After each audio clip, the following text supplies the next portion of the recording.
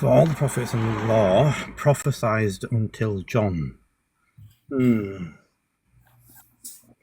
Right, so all the prophets and the law That's red letter. This is Jesus speaking. Yeah, so I'm just trying to understand that. So for all the prophets and the law prophesied until John. This is also taught in Judaism in the school of Elijah. So here, let me go to the Babylonian Talmud to show you that the rabbis even agreed with Jesus. Give me 1 second. Let me pull out my tablet here. Babylonian Talmud, Tractate Sanhedrin 97, A and B. It says that it was taught in the school of Elijah, the world is to last for 6,000 years. 2,000 years desolate, 2,000 years of Torah, and 2,000 years of Messiah. So remember, the Messianic age follows the age of the Torah. Jesus is showing you that the law, the Torah, and the Nevi'im, the prophets, were until John.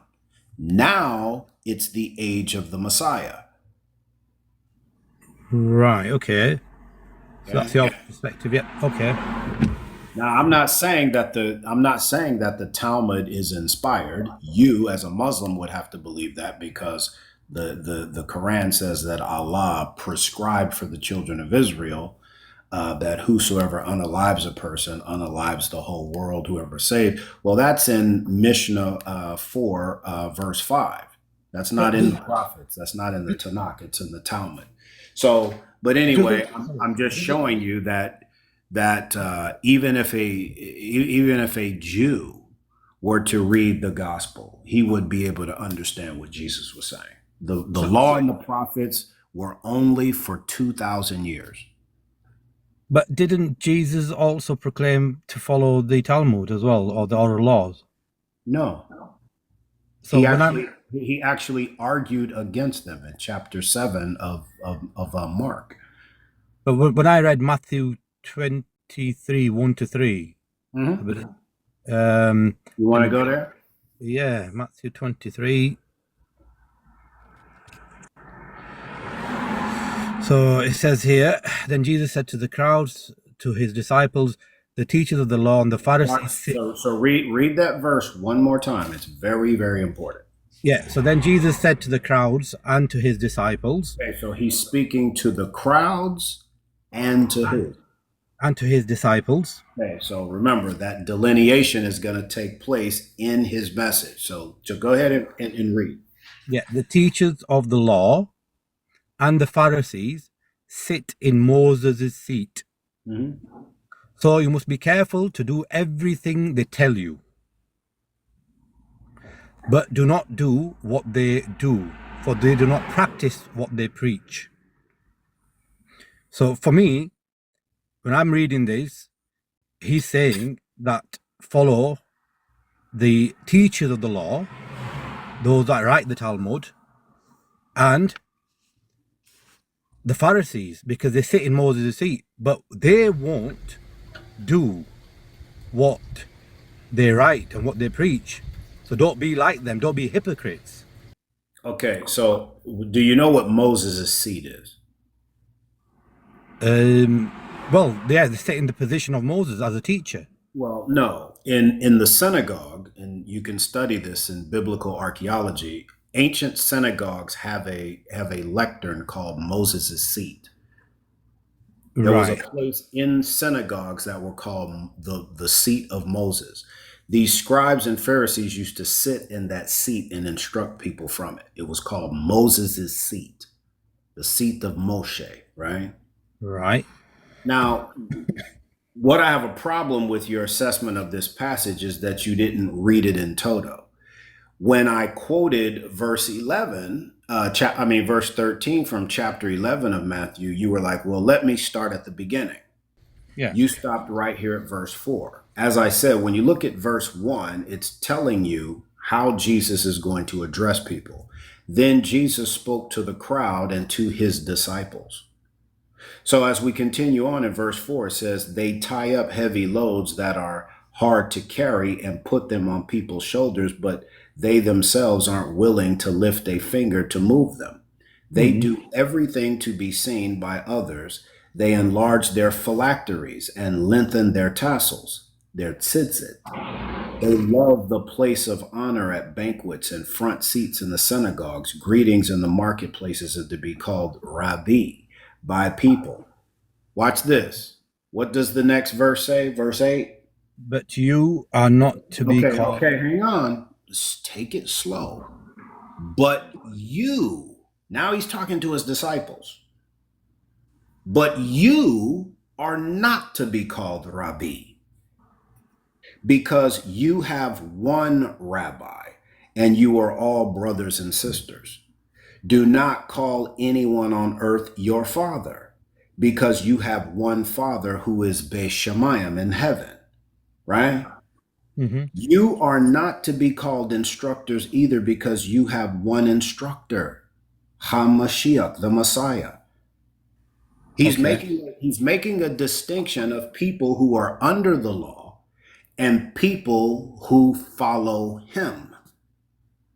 Right, okay. So from what I'm gathering so far, this seems to be in line with what the Quran preaches. Where? In Surah 3, Ayah 50? No, Surah 5, Ayah 48.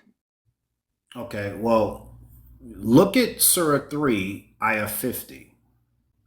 I will do, and let me read this one to you as well then, because this is actually interesting. No, I know what that one says, but before we continue on, I want to show you that there's some corroboration in the Quran for what I'm telling you right now. And a lot of people, a lot of Muslims, when they argue against Paul, they say, well, Paul came and changed the law. No, he didn't. But Isa ibn Maryam changed the law. In Surah 3, Surah Al-Imran, right, Ayah 50, I'm going to start at 49 so we can keep it. I've got it in front of me, yeah. Okay, so he says, and the point, I'm reading from Abdallah Yusuf Ali, right? A messenger to the children of Israel with the message, I have come to you with a sign from your Lord that I make for you out of clay, as it were, the figure of a bird, and breathe into it, and it becomes a bird by God's leave, and I heal those born blind and the lepers, and I quicken the dead by Allah's leave, and I declare to you what you eat and what you store in your houses. Surely therein is a sign for you if you did believe. I have come to you to attest to the Torah, which was before me, and to make lawful to you part of what was before forbidden to you. I have come to you with a sign from your Lord, so fear Allah and obey me. So he says that, and to make lawful to you part of what was before forbidden for you. So he came to change the law.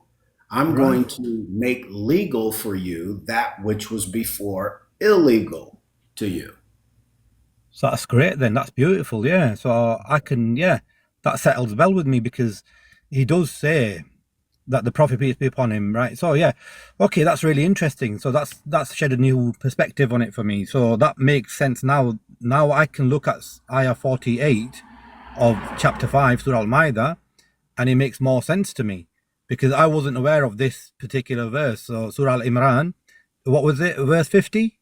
Verse 50. Beautiful. So then, but remember, that's a verse that I always throw back at Muslims when they say that Paul was a false apostle because he changed the law. No, Isa ibn Maryam of the Quran changed the law.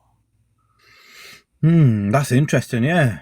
So that's a whole new perspective there for me as well, especially. So essentially what we're saying here then is the Quran affirms that a new set of rules was given to Jesus, and there was a separate set of rules and laws given to Moses and the predecessors prior to John and so forth. And then Muhammad's come along, right? And he says, I have brought you the middle path, right? The what? So yeah, so Islam claims to be the middle path. So it's not as strict as the Jewish laws and so forth, and it's not as open as the Christian faith.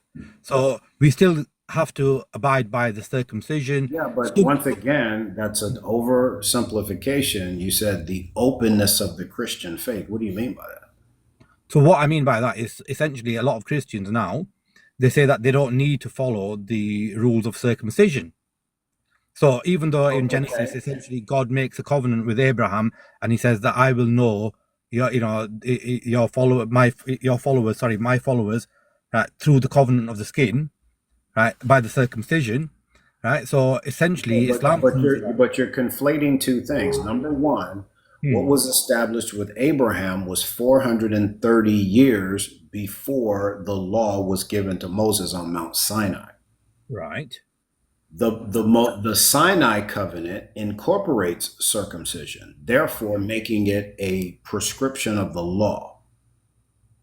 What Paul says is that nobody's justified by the law. Why? Because Jesus came to inaugurate the new covenant, Luke 22:20, right? Right. And according to the prophecy 3 centuries earlier by Jeremiah that Yahweh would make a new covenant, in verse Hmm. 32, he says, this new covenant, Berit Hadashah, will not be like the one I made with Moses when I brought the children of Israel out of Egypt. So the new covenant that was inaugurated by Christ, not by Paul, right, is not like the Mosaic covenant, right? Right. So Yeah. that's where your error comes in. Then Paul in chapter 3 of Second Corinthians, verse 6 says that Yahweh has made us ministers of a new covenant, Okay. not a Mosaic covenant. Right. Okay. Yeah. So then essentially that Nowhere type. and nowhere in the new covenant do you ever see Jesus preaching about circumcision. Nowhere. Yeah. So essentially, when Islam comes along, okay, from what I can see, and if I put it all onto a timeline, what we've got is a group of people that are subject to 600 and something laws. Then we come along to the time of Jesus, right? And God then gives them these concessions, let's just say, and no longer are they to essentially abide by these old laws, let's just say. And then God establishes a covenant with the children of Ismail. And what would be the problem with that then? He didn't establish a covenant with them Why not? because he did it. But what's to say that he can't? Okay. It's not, I'm not saying that there's that there's not a probability that God could make a covenant. I'm just telling you he didn't make one with him. Yeah. So essentially, so from my perspective here, now hear me out. Right, God makes a promise to Ishmael as well, that he will become a father of 12 princes and that he'll be fruitful and multiply. And It wasn't a covenant, that was a promise, and that was fulfilled in Genesis chapter 25. okay, so he makes a promise with him, right? So he makes a promise with him, and then say, just for argument's sake, say it's the same God that we're talking about, and he wants to bring in the Gentiles, the non-believers, those that essentially worship idols and so forth, right, into his fold again, and he wants them to believe, right? And then he chooses the descendants of Ishmael, of Kedar, and he brings about a prophet from amongst them, and he uses the stories and so forth, right? And why would he bring them in? Why would he bring them into the covenant? Because the children of Israel have, up until this point, resorted to unaliving their prophets, including Jesus, right? They've tried to unalive him. They've done that with John, right? So what's to say that God wouldn't do that? Is there any evidence to say that God wouldn't do that? Or he couldn't do that? I'm trying to figure out what you're. What I'm trying to say to you is essentially, right, if God would extend his grace and mercy to the Ebionites and all these other people that were essentially idol worshippers, right, why would he not extend the same grace to the children of Ishmael in Arabia? He did. The gospel message is for the world. Okay, but what's to say that he wouldn't do that with another prophet? Well, because that prophet would come in the order of Jesus. He'd come proclaiming the gospel of the kingdom.